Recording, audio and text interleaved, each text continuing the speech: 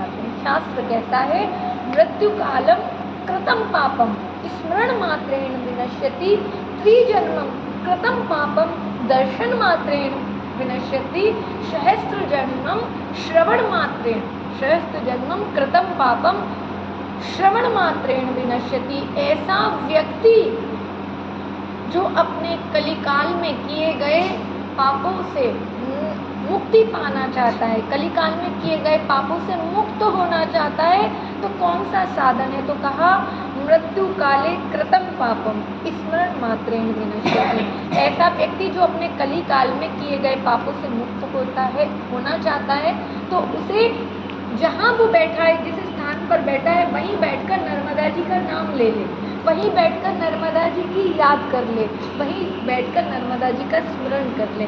ऐसा करने से कलिकाल में किए गए पाप नष्ट हो जाते हैं। त्रिजन्मम कृतम पापम दर्शन मात्रेण विनश्यति।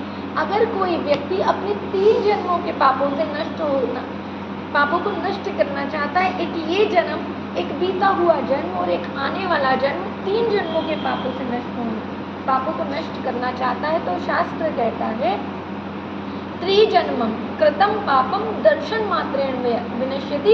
ऐसे व्यक्ति को माँ नर्मदा जी का दर्शन करना चाहिए, क्योंकि माँ नर्मदा जी का एक बार भी सच्चे हृदय से, सच्ची श्रद्धा से, सच्ची भक्ति के साथ नर्मदा जी का दर्शन करता है और रहनी के हिसाब से एक रात्रि माँ नर्मदा जी के तट पर वास करता है, रात्रि में शयन करता है, त्रिकाल संध्या नहाता है और नर्मदा जी के तट पर ही बाबा भोलेनाथ के पार्थिव शिवलिंग बनाकर उनका पूजन करता है, तो माँ नर्मदा जी के दर्शन करने मात्र से उसको 3 जन्मों के पापों से मुक्ति मिल जाती है। लेकिन कोई व्यक्ति कहेगा कि 1 जन्म की या 3 जन्म के पाप नष्ट भी हो गए तो हमारा काम नहीं चलेगा, क्योंकि अनंत जन्मों में हमने अनंत अपराध किए, अनंत योनियाँ हुई है, अनेक प्रकार के भोगों को भोगा है, तो उन जन्मों के पापों के भार से हम दब चुके हैं, जिसके कारण परमात्मा का साक्षात्कार हमें नहीं हो रहा, जिसके कारण परमात्मा की अनुभूति हमें नहीं हो रही। तो ऐसे व्यक्ति को क्या करना चाहिए? तो शास्त्र कहता है सहस्त्र जन्मम कृतम पापम श्रवण मात्रेण विनश्यति। ऐसे व्यक्ति को माँ नर्मदा जी के तट पर बैठकर भगवान के धाम में, जैसे आप लोग और हम लोग श्री गिरिराज जी की पावन तलहटी में बैठे हैं, और ये भगवान का प्रमुख धाम है, और धामों में भी श्रेष्ठ क्यों है? ठाकुर जी कहते हैं कि ये मेरा कोई तीर्थ नहीं है, श्री ब्रज धाम को भगवान के घर की उपमा दी गई, इसलिए ये भगवान का निज स्थान है। भगवान इसका कभी त्याग नहीं करते, भगवान को ब्रजधाम प्राणों से भी प्रिय है।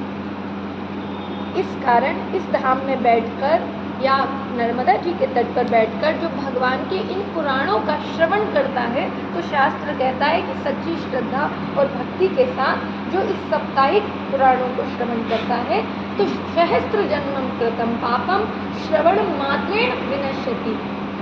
सच्चे हृदय से धाम में भगवान का आश्रय लेकर अगर साप्ताहिक अनुष्ठान को जो श्रवण करता है, तो साप्ताहिक अनुष्ठान को श्रवण करने मात्र से उसके सहस्त्र जन्मों के पाप नष्ट हो जाते हैं। तो सूत जी महाराज बोल रहे थे कि हे तपोधनो, एक समय की बात है कि